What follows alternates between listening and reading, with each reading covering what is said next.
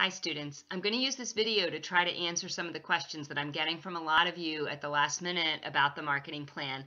This is all stuff that we've covered in class the day that I had you work on the outline for your plan, the day that we reviewed this. We've done it a couple times.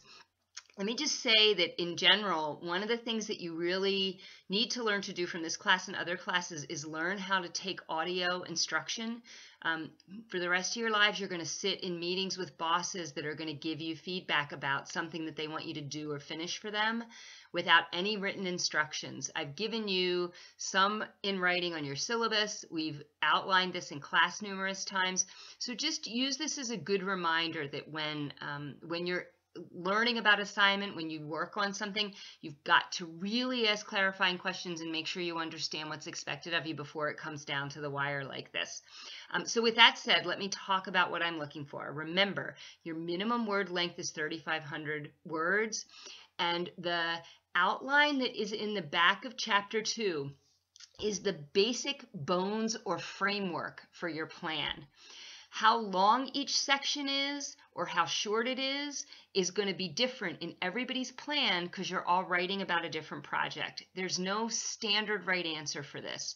You have to use your own critical thinking skills, your own judgment to decide how long your product section should be versus your analysis of your target market versus your competitive analysis. Some of you are opening a business where there's almost no competitors, or you're proposing a service where there's very few competitors. You may need almost no competitive analysis. Other people are proposing opening a restaurant in a busy town where there's lots of other restaurants. Your competitive analysis may be a page and a half long. So this is really, much like your speech paper, a very creative writing assignment in that you have to cover the basics of the marketing plan. Certainly, you all need an executive summary, you all need measurable objectives, you need a situational analysis where you've thought about the market and your SWOT and your competitors. You need to do a rich analysis of your market segment, but whether that includes an analysis of consumer buying behavior or really strong psychographic profiling for your segment, or more of a focus on a mix of demographics and psychographics, again, you need to make that decision. I want you to think about everything that you've learned in this class, like food that's all spread out on a buffet in front of you. And when you write this plan, it's now your responsibility to decide which of those servings from the buffet do you need to take, do you need to apply to your plan to write a really good marketing plan. Imagine that the document that you're preparing, you're going to submit to Shark Tank to see if you could get on to that TV show, or you're going to submit it to a bank, or your rich uncle who you're hoping to have fund or finance your business. There's no one right way to write a marketing plan, and really, what I'm looking for you to demonstrate with this assignment is that you can now think strategically and tactically like a marketer, and you can apply what we've learned to a new product or concept or idea. I'm going to reinforce that last point. This is not a plan where you are researching an existing business.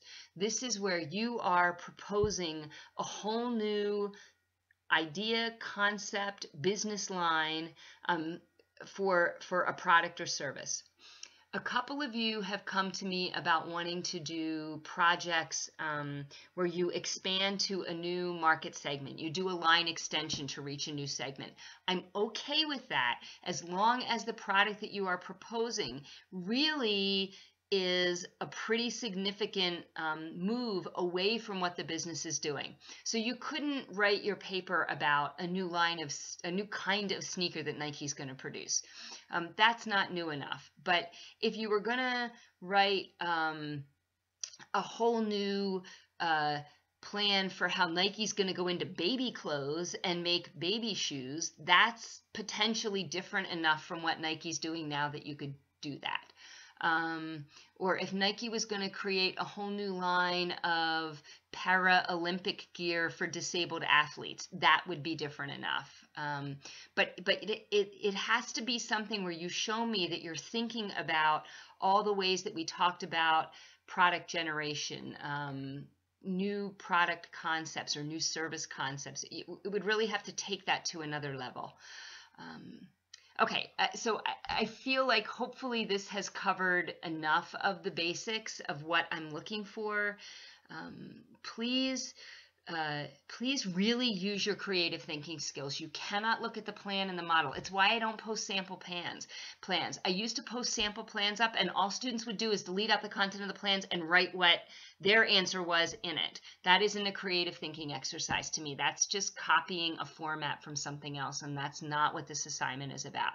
I'm hoping this is helpful. I'm going to put this link up on Facebook right now and email it out to all of you. So short and sweet, but thank you. Hopefully it'll help. Bye.